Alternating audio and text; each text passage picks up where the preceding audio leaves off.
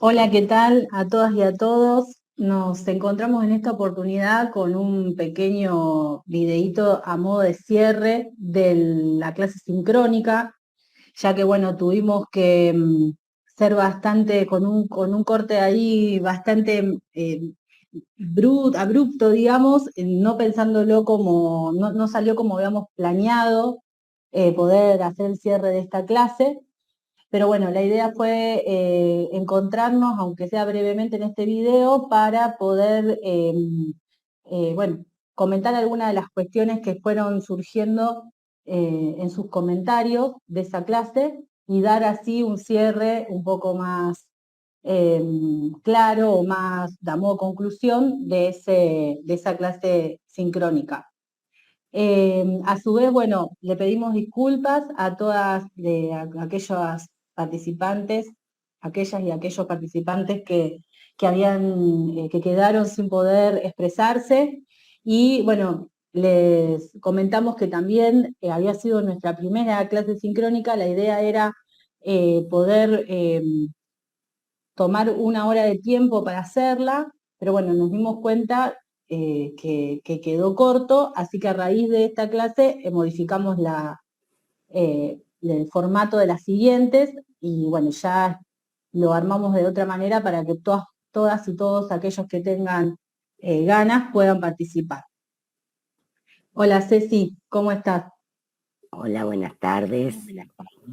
Buenas tardes a todas y a todos. Tal como decía Cintia, vamos a tratar de hacer una devolución, ¿sí? De las principales cuestiones que aparecieron en la clase sincrónica.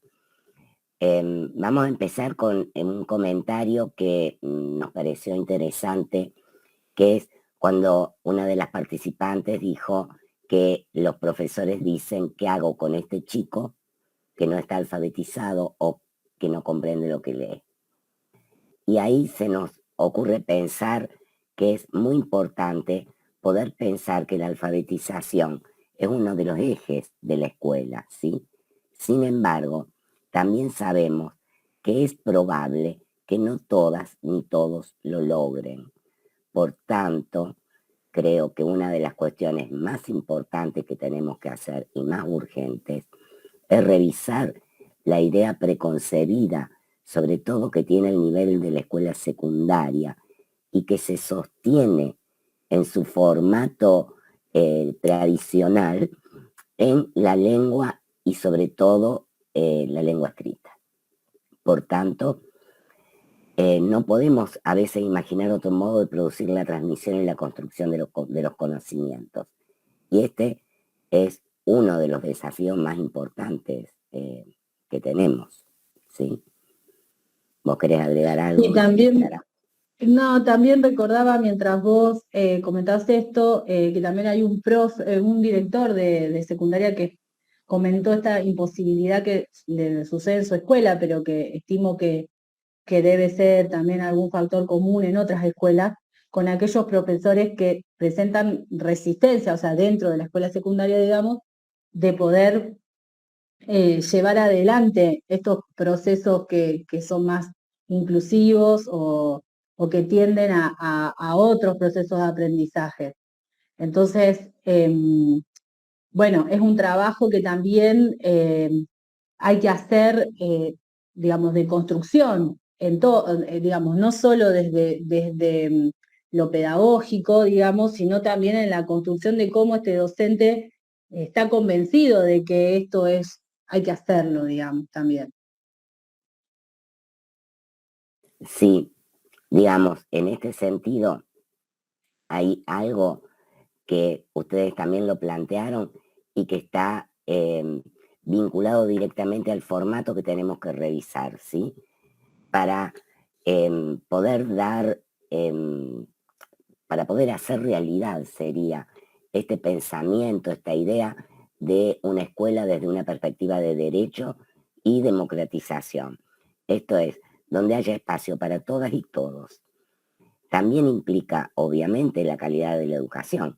O sea, una escuela democrática que propone la convivencia en la pluralidad es lo hacemos porque estamos apostando a que esto también tiene que ver con la calidad educativa.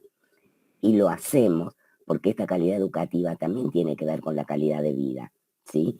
Ambas van de la mano. Entendemos también que la complejidad de la escuela secundaria, que también esto lo mencionaba una de las compañeras, los profes, por ejemplo, decían no tienen planificaciones como la escuela primaria y esto resultaba ser un problema. Bien, yo creo que acá también tenemos que poder pensar que necesitamos, al trabajar con escuela secundaria, comprender las características de cada nivel y transformar, obviamente, la que no ayudan a lograr los objetivos de inclusión plena. Pero no sé si pasa necesariamente por la planificación, ¿sí? Puede que sea una ayuda, pero no es en este momento una de las cuestiones que puedan ser las más significativas para poder pensar. El que las planificaciones, digo, no sean diarias como son las de la escuela primaria. Lo mismo también cuando ustedes planteaban el problema de los docentes taxis y la cantidad de docentes y la cantidad de materias y de horarios que tienen en la escuela secundaria que no los tienen en la primaria. Si bien entendemos que esto es bastante difícil de comprender al inicio, pero esto nos pasa a todos y a todas cuando hemos iniciado la escuela secundaria, ¿sí? Pero en la medida en que confiemos en que las y los estudiantes van a ir comprendiendo esta dinámica, en principio creo que es cuestión solo de acompañarlos, porque además, insisto, esto no solo le sucede a los chicos de la modalidad, pero en la escuela secundaria tampoco podemos quedarnos diciendo que tienen que estar los chicos de la modalidad solo porque haya una ley nacional que nos obligue. Ese es el primer argumento, sin duda, fundamental. Pero, digamos, tenemos que construir otros argumentos que apelen, por ejemplo, a la responsabilidad que tenemos como adultos para ayudar a construir una sociedad más justa, más igualitaria y pensar a la educación como un bien cultural, como un derecho. Estos son otros argumentos, creo, que pueden irnos ayudando a pensar y a construir estos argumentos para debatir en las escuelas, pero también para orientar nuestras acciones en las instituciones. Tiene que ver también, Ceci, con lo que hemos hablado en los foros también, que ha habido ahí un ida y vuelta con respecto a lo que implica una transformación. Creo que también el otro día en la clase sincrónica fue mencionado, esto de lo que trae aparejado toda transformación social, digamos, los procesos, los dinamismos, los idas y vueltas, el romper con estructuras antiguas para generar y construir nuevos ideales o nuevas, sí, estructuras. Se me ocurre esto de poner en jaque digamos, nuestro ideal de yo docente y también este ideal del alumno, ¿no? Que en realidad es un ideal que todos vamos a tener o tuvimos al momento de elegir nuestras carreras, que después en la realidad nos damos cuenta que es otra cosa. Y no hablo solamente de los alumnos de la modalidad, porque de hecho yo como docente secundaria actual en actividad, lo que vos estás mencionando no es solo una problemática de los alumnos de la modalidad especial, es una problemática que está en los alumnos, porque son diversos y porque los contextos sociales también llevan a esa diversidad y que haya a lo mejor inconvenientes, no sé, en el aprendizaje o alguna traba o alguna cuestión en la convivencia, pero que no puede ser eso lo que haga que ese alumno quede excluido de esa escuela. Bien, y esto que decís también nos lleva a otra de las cuestiones que aparecieron en el foro, insisto con el foro, en la clase sincrónica, en donde una de las participantes planteaba ya no la exclusión del estudiante en la escuela, sino la exclusión que a veces se produce en relación a algunas materias o algunos contenidos escolares que se considera que no está en condiciones de hacer tal materia o tal contenido, ¿sí? Esta docente se preguntaba, ¿quiénes somos nosotros para decir o decidir qué materias tiene que hacer cada uno o cada una? Efectivamente, nosotros podemos decir cuál es el piso desde el cual partimos. No tenemos ningún derecho ni ninguna posibilidad, ni siquiera por más sapiencia que tengamos, de decir cuál va a ser el techo de cada uno, ¿sí? Porque esta manera de pensar los procesos de aprendizaje no nos permite apostar a las posibilidades, sino que nos deja mirando lo que no se puede hacer. Por tanto, comprometernos con los procesos educativos y buscar otras maneras de presentar los contenidos para que puedan ser comprendidos es uno de los desafíos más importantes que tenemos, junto, podríamos decir, con todo aquello que implica también atender esto en el marco de, de una producción de lazos, ¿sí? Lazos afectivos, comunicacionales, no sé, sería toda esa dimensión que hablamos de la comunidad escolar. ¿Sí querías plantear algo, Cintia? Sí, esto de la importancia que esto también fue surgiendo en los foros, la importancia de generar comunidades escolares que, que permitan lazos, digamos, fuertes, que hagan que cuando algunas estructuras tambaleen, estas otras que, o sea, sostienen ese proceso. Esto de pensar, ¿no? Que cuando nosotros hablamos de la dimensión afectiva o cuando hablamos de la creación o sea, de la conformación del grupo en la que pertenecen, digamos, de sentirse parte de ese grupo, también genera lazos, digamos, fuertes que sostienen otras cuestiones, digamos, que a lo mejor no son las que esperamos, pero que eso también es la escuela. Digo, cuando nosotros... Sí, y perdón, Cintia, quería reforzar esta idea, que Sí, perdón.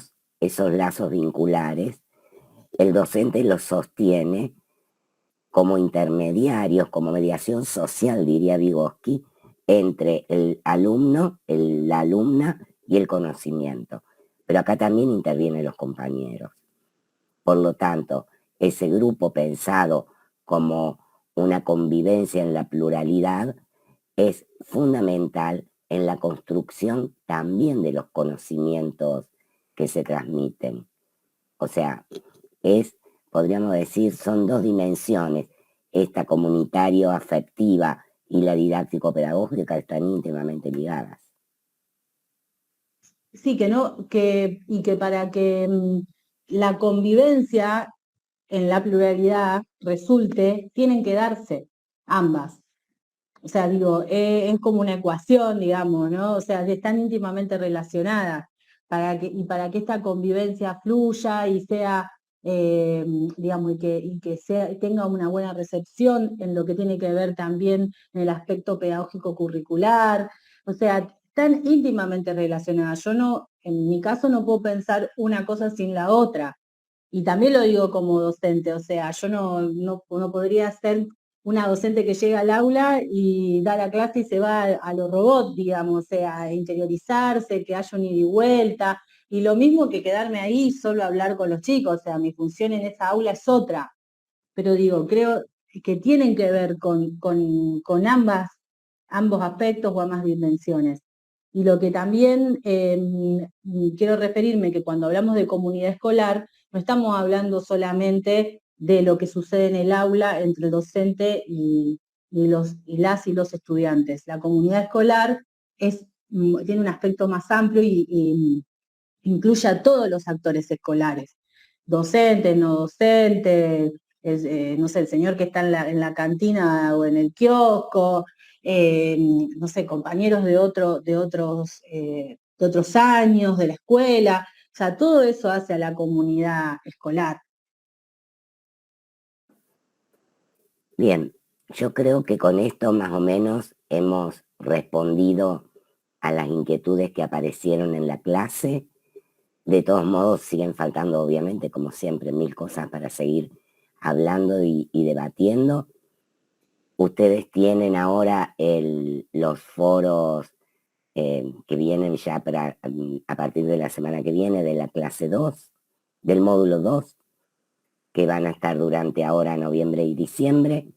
Y al cerrar el módulo 2, volvemos a tener una clase sincrónica en la que esperamos que ya todos estos inconvenientes iniciales estén resueltos. Así que muchas gracias y nos seguimos encontrando en la plataforma. Un saludo a todas y a todos. Gracias.